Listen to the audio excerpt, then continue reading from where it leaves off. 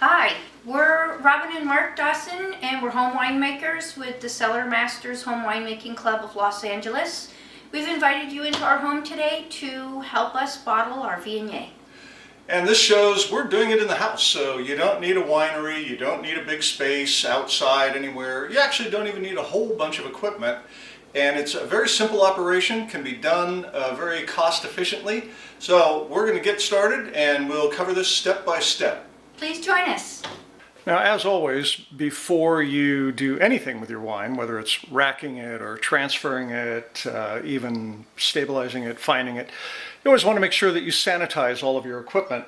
So what we have here are a couple of hoses and a bottle filler that we're going to be using for the filling process, along with a siphon racking cane. Now, I don't know if I'm going to use that, but I do want to have it sanitized just in case I need it. So what we're going to do is we're going to go ahead and put these things into the sanitizer.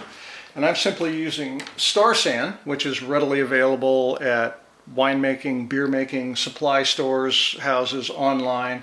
It's an acid-based sanitizer that says basically about 3 minutes of exposure will kill any microbial bugs that are in there.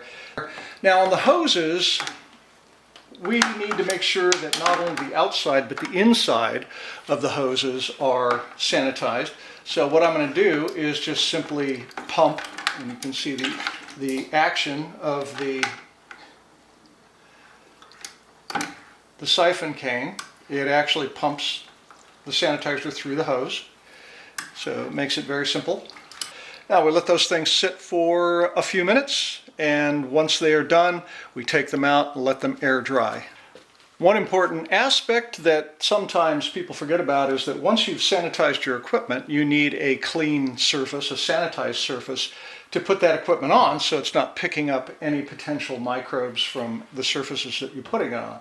So what I'm going to do is I'm just simply going to spray down this table with iodophor. Now, iodophor is an iodine-based disinfectant or sanitizer, and as you can see, it says it's good for breweries, restaurants, bars, bottling, and more.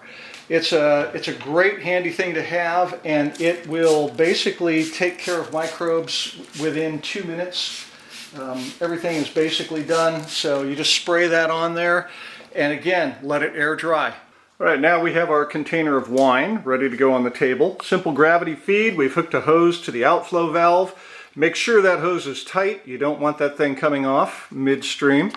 And it goes down to the bottle filler, and the bottle filler, as we've seen, has a spring-loaded valve on the end. You push down, the wine flows, you lift up, it stops. We are filling 12 bottles at a time just to keep it under control here, and the bottles have been pre-sanitized, and there's a video portion included on that, how to sanitize those bottles, make sure that they are nice and clean and dry inside.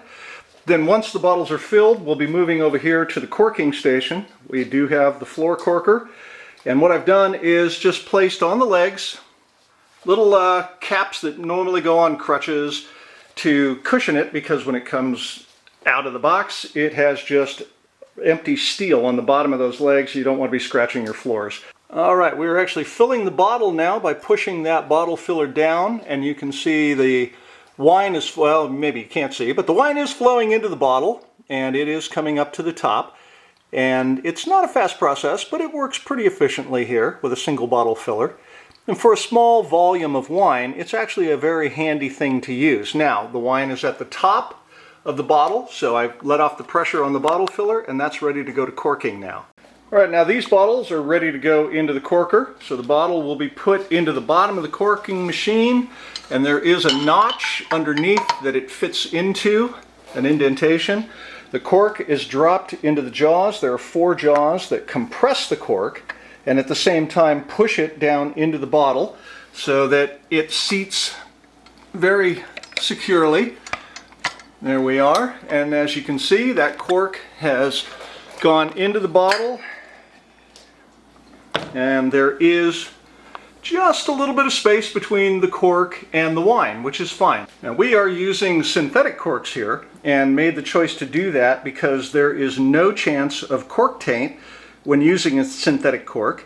These are soaking in sanitizer simply to, once again, allow them to go into the bottle a little bit easier, make sure that there are no microbes hanging around on there. And synthetic corks actually do micro-oxygenate the wine like a real cork or a natural cork would do, but they are a much more solid choice when you are worried about any possibility of cork taint. All right, as you can see, we have already finished a couple of cases here of wine. And as you notice, we're putting it into the cases upside down. And the reason for that is that all wine, when it's transferred to a bottle, goes through bottle shock, which kind of destabilizes it for a month or two. And you want to put it in upside down, one, so that the cork stays wet and tight, and that it will have a chance to settle, and any sediment will actually end up potentially adhering to the cork, so when you take it out, you take that out too. Okay, here we are, all done with 40 bottles of Paso Robles Viognier and a little bit left over for dinner, one of the perks of bottling yourself.